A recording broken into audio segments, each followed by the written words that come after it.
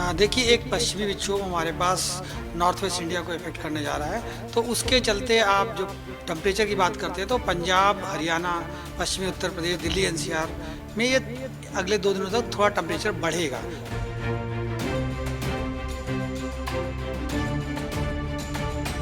तो जो cold wave और कोल्ड डे की सिचुएशन बनी थी, उसमें 13 तारीख तक राहत रहेगी हमारे पास।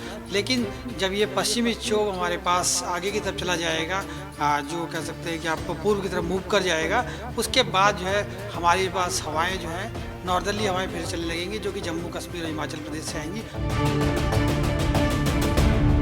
तो अभी 2 दिन तक थोड़ा सा बढ़ेगा, तो उसके बाद देखिए, दिल्ली में हमारे पास अगर आप देखेंगे जनवरी का जो पहला हफ्ता होता है, या पहले 10 दिन भी कह सकते हैं, उसमें तापमान हमारे पास गिरावट होता है। सबसे न्यूनतम तापमान साल में इसी टाइम पर जाता है। तो इस बार हमारे पास सफदरजंग की ऑब्जर्वेटरी में 1.9 गया था और रिज ऑब्जर्वेटरी में 1.5 गया था।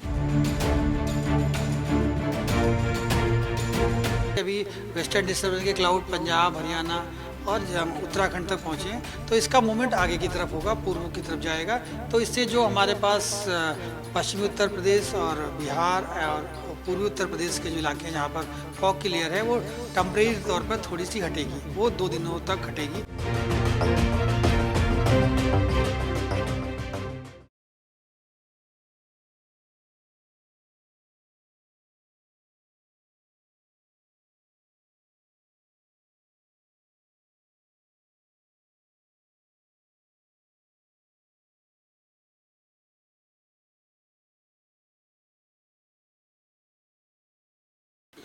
देखिए, एक पश्चिमी विक्षोभ हमारे पास नॉर्थ वेस्ट इंडिया को इफ़ेक्ट करने जा रहा है। तो उसके चलते आप जो टेम्परेचर की बात करते हैं तो पंजाब, हरियाणा, पश्चिमी उत्तर प्रदेश, दिल्ली एनसीआर में ये अगले 2 दिनों तक थोड़ा टेम्परेचर बढ़ेगा।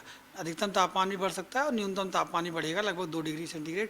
तो जो कोल्ड वेव और कोल्ड डे की सिचुएशन बनी थी, उसमें 13 तारीख तक राहत रहेगी हमारे पास। लेकिन जब ये पश्चिमी विक्षोभ हमारे पास आगे की तरफ चला जाएगा, जो कह सकते हैं कि आपको पूर्व की तरफ मूव कर जाएगा, उसके बाद जो है हमारे पास हवाएं जो हैं नॉर्दर्ली हवाएं फिर चलने लगेंगी, जो कि जम्मू कश्मीर और हिमाचल प्रदेश से आएंगी।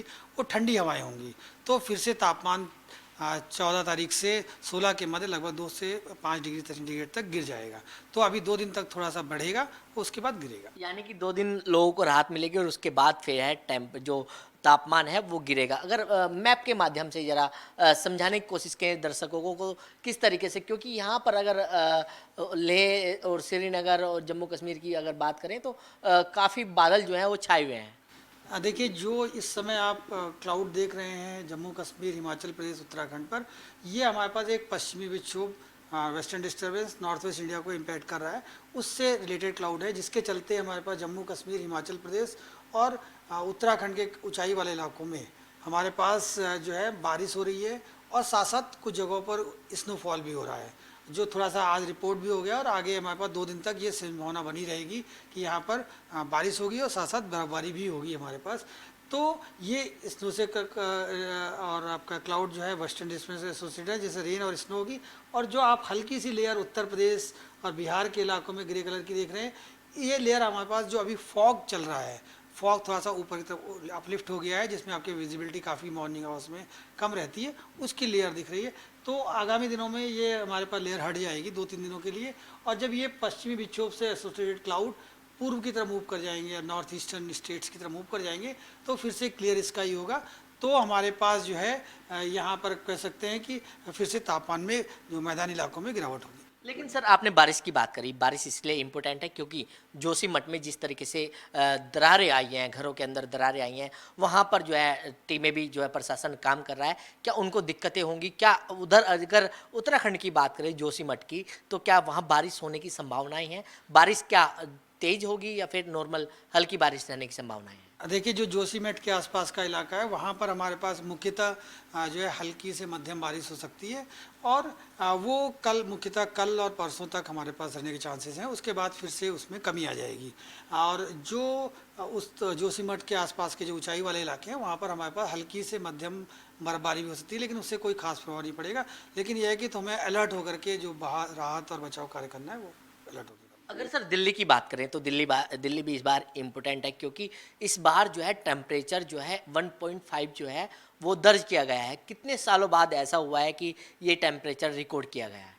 देखिए दिल्ली में हमारे पास अगर आप देखेंगे जनवरी का जो पहला हफ्ता होता है या पहले 10 दिन भी कह सकते हैं, उसमें तापमान हमारे पास गिरावट होता है। सबसे न्यूनतम तापमान साल में इसी टाइम पर जाता है। तो इस बार हमारे पास सफदरजंग की ऑब्जर्वेटरी में 1.9 गया था और रिज ऑब्जर्वेटरी में 1.5 गया था। तो दिल्ली का रिप्रेजेंटेटिव सफदरजंग ऑब्जर्वेटरी हम लोग मानते हैं, तो वहाँ 1.9 गया था। अब 2021 की बात करेंगे जनवरी में, तो हमारे पास पहली जनवरी को 1.1 गया था। तो उस हिसाब से देखेंगे तो हमारा सच कोई रिकॉर्ड नहीं है, क्योंकि 1-2 साल पहले गया है हमारे पास, और ये जाता रहता है। जनवरी का जो पहला हफ्ता है उसमें टेम्परेचर 2 डिग्री और 1.5 डिग्री के आसपास हमारे पास टच करता है। तो ये नॉर्मल वैल्यू है, इससे ऐसे कोई डरने या घबराने की जरूरत नहीं है। लेकिन सर दिल्ली में अगर बात करें तो बारिश होने की क्या संभावनाएं हैं? हाँ, दिल्ली में देखिए हमारे पास कल से लेकर के परसों सुबह तक इक्का दुक्का जगहों पर हल्की फुल्की बूंदाबांदी हो सकती है। तो लेकिन उससे बहुत ज़्यादा कोई हमारे पास खास राहत नहीं मिलेगी। राहत यही है कि थोड़ा सा तापमान में वृद्धि होगी। तो जो बहुत ज़्यादा सर्दी बीते एक हफ्ते में चल रही थी, उससे 2-3 दिनों के लिए राहत जरूर मिलेगी।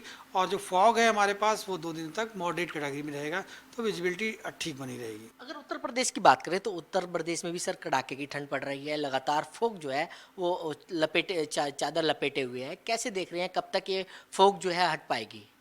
देखिए फॉग क्लियर, जैसे मैंने बताया कि अभी वेस्टर्न डिस्टर्बेंस के क्लाउड पंजाब, हरियाणा और उत्तराखंड तक पहुँचे हैं। तो इसका मूवमेंट आगे की तरफ होगा, पूर्व की तरफ जाएगा। तो इससे जो हमारे पास पश्चिमी उत्तर प्रदेश और बिहार और पूर्वी उत्तर प्रदेश के जो इलाके हैं जहाँ पर फॉग की लेयर है, वो टेम्परेरी तौर पर थोड़ी सी हटेगी। वो 2 दिनों तक हटेगी।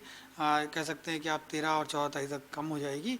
लेकिन उसके बाद वेस्टर्न डिस्टर्बेंस जब निकल जाएगा, तो मॉइस्चर में अधिकता होने की वजह से हमारे पास फिर से फॉग की लेयर बननी शुरू हो जाएगी। वो आपके पास 14 तारीख के बाद बनेगी। तो बिल्कुल अगर जोशीमठ की बात करें तो हल्की से ज़्यादा बारिश होने की संभावनाएं हैं और 2 दिन तक ये बारिश जो है वहाँ पर होगी। दिल्ली से कमल कुमार कंसल, नवोदय टाइम्स, पंजाब केसरी टीवी।